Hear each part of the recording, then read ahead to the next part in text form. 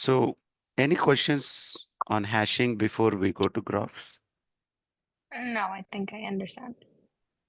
Yeah, but we do have some pending concepts, right? Especially Yeah. we have gone through the interview questions, but we also noticed that there are uh, better solutions using graph rather than just rely on hashing and backtracking. But there is an advantage for, suppose if you misunderstanding, remembering graph algorithms, still hashing would save your job. But I would like to continue on that. Uh, I however, don't think we're I don't think we're learning graphs because we only have one more topic and it's disk-bound data. That's what she said. okay, that is in your academics, right? Yeah. Yeah, but uh, data structures and algorithms is incomplete without learning graphs. Okay. I'll tell you the reason behind it. Uh, Whatever the trees you have learned, right? Tree, ideally, tree is also a special type of graph editing. But since many people put trees up front, it will be easy to understand graphs if you learn already trees.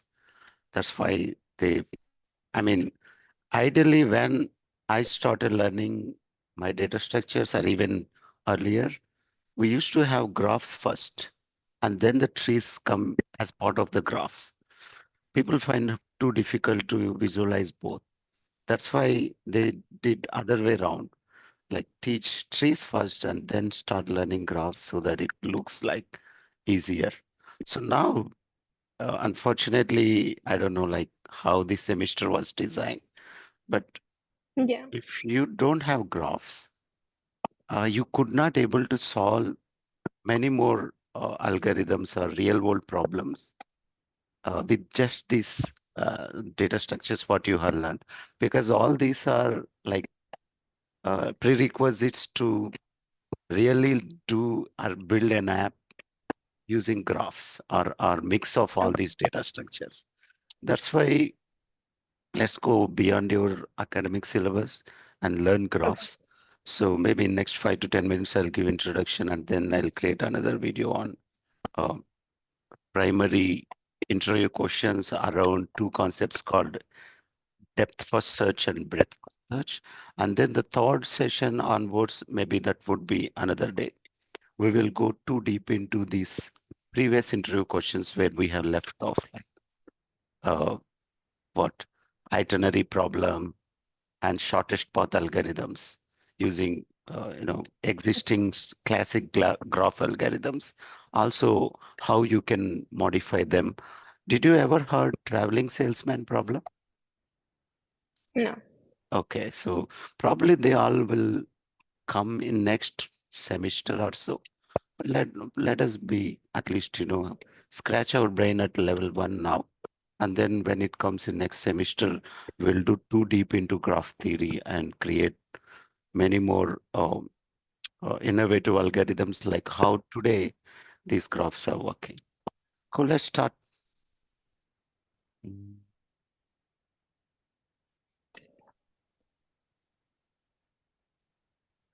This is chapter 1 notes. If you go through the notes, I gave graph ADT, applications of ADTs, while we are going one after other. So I gave graph ADT applications here.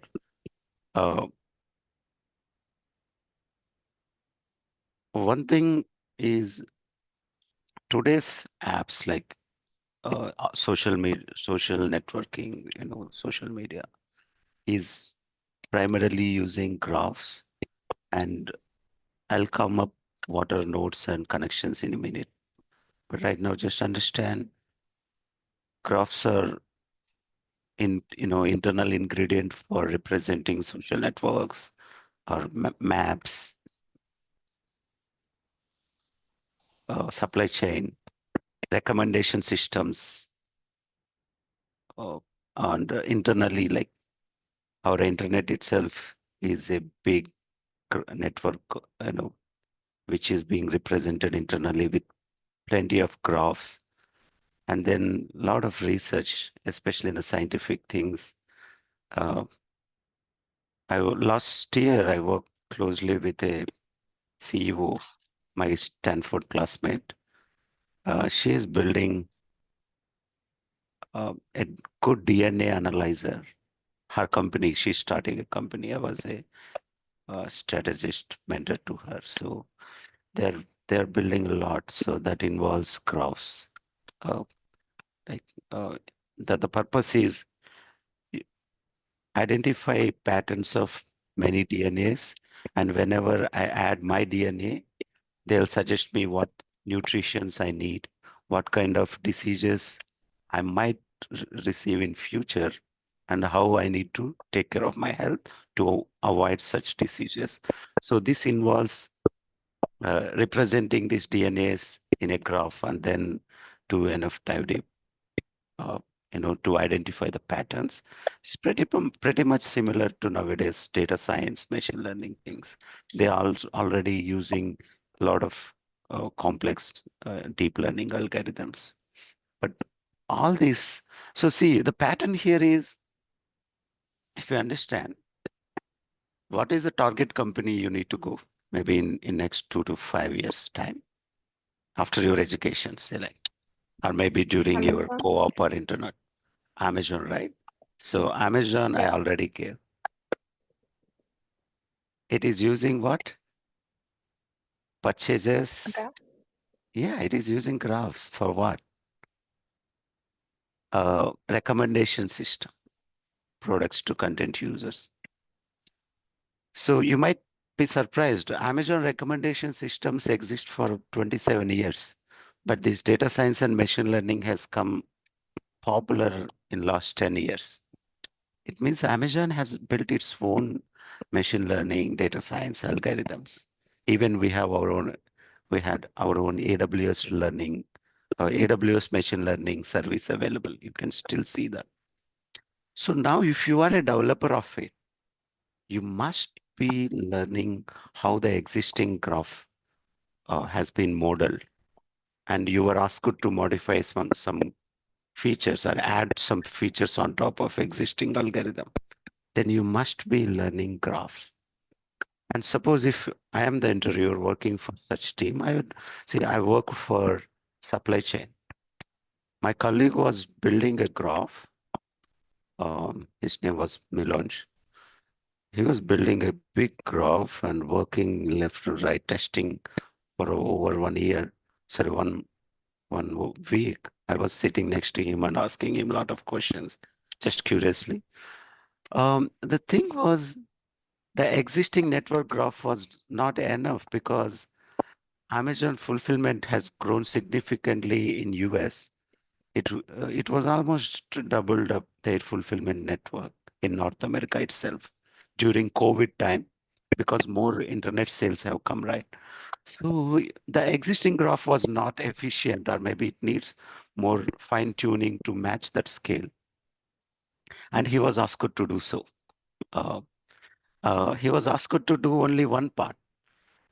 One team has already given a graph, and he needs to find the shortest path or provide all possible shortest paths based on the distance and cost, customs cost and all, to send goods from US location to Canada locations. So that graph you can't even visualize because the nodes are around 6,500 fulfillment centers plus, even I think 1 lakh now. 1 lakh plus fulfillment centers are available in US alone. How would you do now?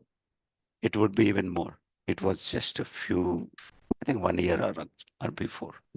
It's now growing, right? So how do you even represent such a gigantic graph and then do the connections? He had been working, only one person was working on that to test and then improve the algorithm, shortest path algorithm. So we don't ask you that much complex thing in the interview because we all know. But you must know the existing graph theory, shortest path algorithms. So you will build on top of it. But if you are working in a UX team or just, a graphics team or image processing, such things, graphs is optional. But if you are working in such teams, they would they would play with graph left and right each and every day. So we had no choice but asking such question.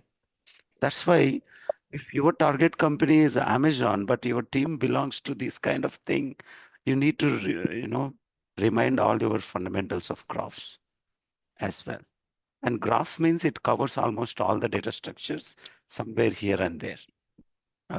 We'll see that. And second thing is what Google. Obviously, graphs are available in the Google mapping because Google is having hundreds of satellites, always giving images. If you are working for maps team, you need to process those maps and then build, improve graphs always. Still, you do see, right? A lot of times I see Google Maps are not correct. Yeah, so for my new condo, it always put me at the King George station or somewhere nearby. And it says you have arrived your destination. Mm. So I gave no, I mean, it asked for feedback. I gave no. And then they immediately removed that path. And afterwards, it has been giving better paths. So you are a developer. You need to build such, algorithms. So obviously, your interviewer would want you to be at least knowing the fundamentals. Otherwise, you can't even understand the language what your colleagues are speaking. Your team leader, manager is suggesting you in the work. Hey, Rishita, in these 2 months, you need to write me a digesters, improved digesters algorithm, but for many sources, or maybe single source to many destinations, or something like that, or improved traveling salesman algorithm. So you need to really know about these fundamentals, even if you are an intern, and this will change your life completely because that's very few teams work like that. And if you are one of such developers at the early days of your career, you can build, say, like React or Node.js or any such. I mean, there are a lot of frameworks are coming like Python, Java. These are languages. You can build internal algorithms. Um, I mean, say like hash table, hash map, or maybe a object graph. You can build the next versions because Java 18 or 20 is more popular nowadays. But when we started coding Java, it was Java 4, 1.4 or 4. So, so for last 15 to 16 versions, some developer like you has been developing, right? The internal implementations of vector, graph, sorry, lists, maps, all. Same for C++ exist for over 25 to 30 plus years. So somebody in the C++ company is improving C++. Of course, it is open source. Still, Visual C++. Microsoft developers are constantly improving. So they must know this. And you could be one of such people. That's why they are highly paid engineers. So keep in mind in lead code or some other places, they are very generic. Same company, same developers taking same salary may not work on these kind of projects. These kind of projects happen only in most of the times in head offices.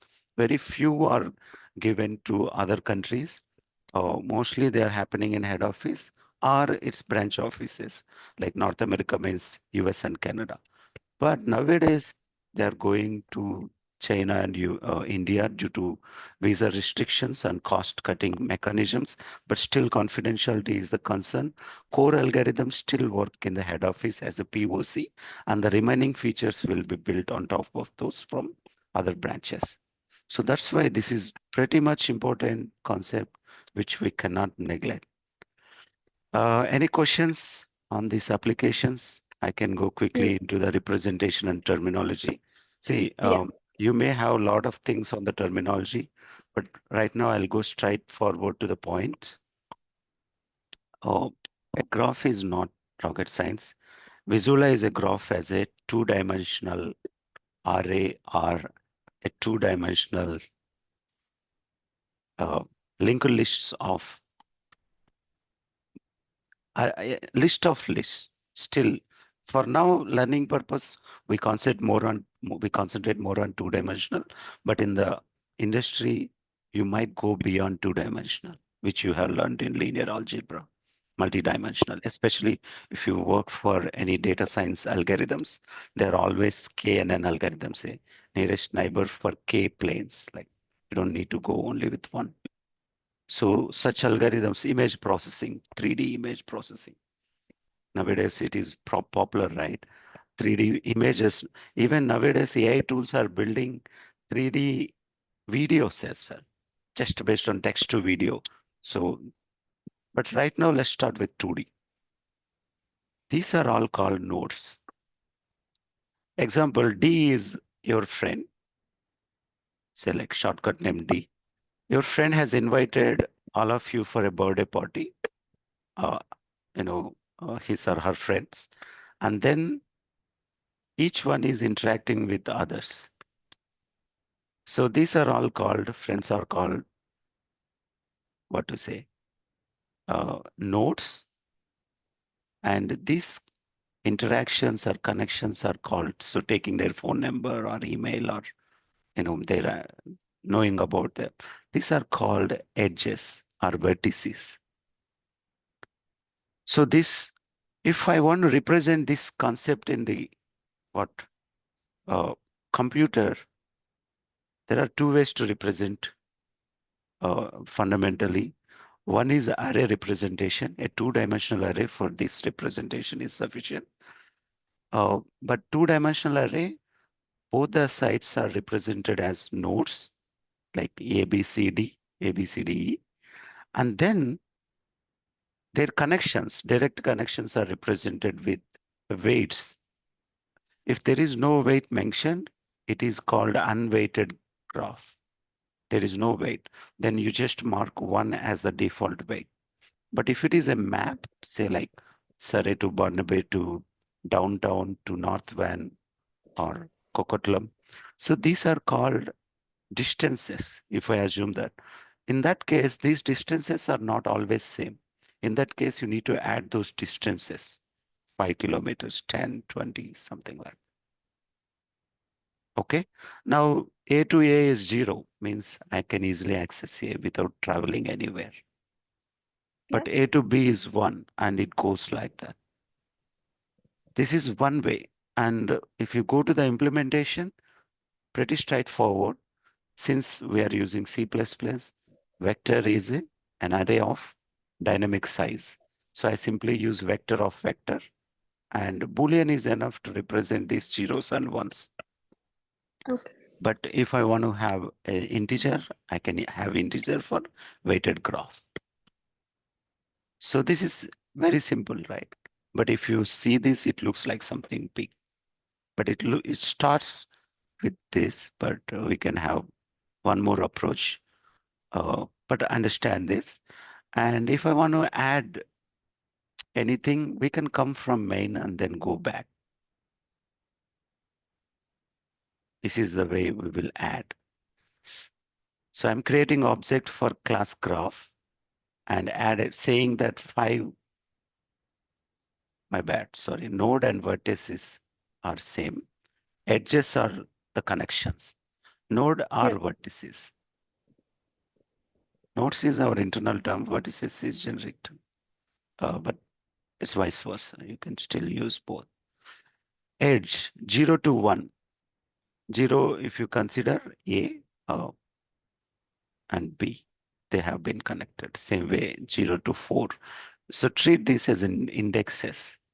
If it is a 5 size matrix, since arrays represent 0 to n, we are following the same 0 to 4. 4 is the maximum, which is E, 0 is A, and add edge. So what is the add edge doing? It is Adding a connecting connection. between source and destination. It is nothing but just doing this work. What it is doing? Array initialization, a two-dimensional array initialization. 0 to 1 is true because Boolean. And similarly, other way also should be true because if it is directed or indirect, undirected is important. Directed is false. Directed means there is only one connection. A has B's phone number, but B doesn't have. In that case, I would say this one true, but this one is 0, false. Yeah. Okay. But in this Yeah. case, I didn't put. So in the interview, these are very important edge cases to be tested. Our interviewer expects whether you're asking me or not. It is a directed or undirected graph. Okay. Otherwise, you can at least put it and then later you can ask the interviewer. Or maybe you can say, I am assuming it is undirected graph. Okay. Okay. But in real world, you find frequently the directed graphs. Example, route, one-way route is there always, right? You cannot go back through the same route. Sometimes one-way routes are there. So map has to suggest different. So in that case, you need to, this part is pretty important, pretty much important. So this is add edge. So keep this in mind. That's what we did. And the second one is what? Graph representation. I'm calling print graph. So how do you print it? Just display the matrix. True. How do you display a two-dimensional matrix? Same as bubble sort. I mean, any kind of thing. Start from 0th index to rows. Start from 0th index to, for each row, Column. columns. So here rows are, I mean, here they're all same because it is a square representation. And then display ij. That's what you see in the output. It is like this. Yeah. 0, 1, 0, 1, 1, like that. But there is one more concept called breadth first search. Uh, how would you display a particular connections? Say like, if I want to know who are all there in my contact list, directly or indirectly, how many people I have met if I want to know after 1 year in that party, I can follow a concept. So how do you know who are my close friends? Simple, right? B, D, C are my close friends. And who are their mutual friends? E, E. only E. But how about E? B, D are its close friends, or his or her close friends. And then mutual friends are A and C. So this concept is called breadth first search. My closest ones should be displayed first, direct connections, and then their mutual friends, their friends. This is what exactly happens if you use Instagram or Facebook, right? My Yeah. closest Okay. friends are my followers or my favorite people. Updates would be posted first in the feed, in the news feed, in the display feed. And then later I will be having others. That concept is called breadth first search. And there is one more concept called depth first search. I want to know a particular person's data. What do? I will go to B and see B's friends list and then get A and then see A's friends list and find C. This is called depth first search. My depth should be going to the C first. I will ignore my other close friend to find this mutual friend because this guy is celebrity. So I need to know his updates first. And he did not accept my friend request. What should I do? So we'll just keep, following them. Or maybe we'll go to their feed and follow. This happens, right? Usually it happens other way. So if there is a girl, boys do that, but it's other way around. I do see that with girls too, but it doesn't matter. Uh, just understand the difference between breadth first and depth first. By default, social media follows breadth first, but we personally follow depth first to know about someone. If you remember that, then you don't forget it because at least one or two questions. Graphs means one or two follow-up questions, at least they would come through breadth first or depth first. I would like to take another video and discuss more about depth first and breadth first. Uh, I would like to stop it here. Any questions before we stop the graph representation? I have covered only one representation, that is the adjacency matrix. Similar representation is available. I'll simply cover it before going to next. This is the adjacency list. I'll take only 2 minutes because the code is already known to you. Linked list, even separate chaining collision technique is also already doing. Adjacency list means having a linked list of two-dimensional. Example, A is having its best friends. Who are those? B and D. Put A, B, D in one row over, and then go to one of its best friends, B, and put its direct, the node's direct connections. B's best friends are A, B, C. Mention those. And it is pretty much closest to the real world, right? The advantage is I don't waste any memory. But if you go to the previous representation, we are wasting memory, whichever is having zeros. I don't need all these memories, right? If we take Amazon's example, 1 lakh nodes, if I represent like this, 1 lakh by 1 lakh, how much? Around million plus or 10 million? 10 lakhs means 1 million. Oh, sorry, you don't know what is lakh, right? It is Yeah. Indian It's a hundred style, thousand, I think. 100,000. Yeah. 100,000 into 100,000 is what? It's around 10 million, right?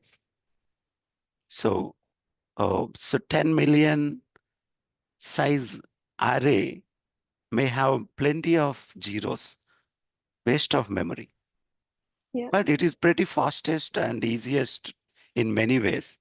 But building this one takes more memory. Nowadays, memory is not a concern. Still, there are some advantages with this approach. Example, breadth first is easy because I can easily know who are its direct friends. That is also one more advantage because I don't need to travel each and every node. I can simply go to head B and bring its closest friends. That's it. And display the news feed. If there are no updates, then go and see the other mutual friends. So this is adjacency list. Representation is same as previous. This is where we have learned hashing, unordered map. A map or a dictionary, we say in Python or other languages like .NET. But remember, it's same hash map.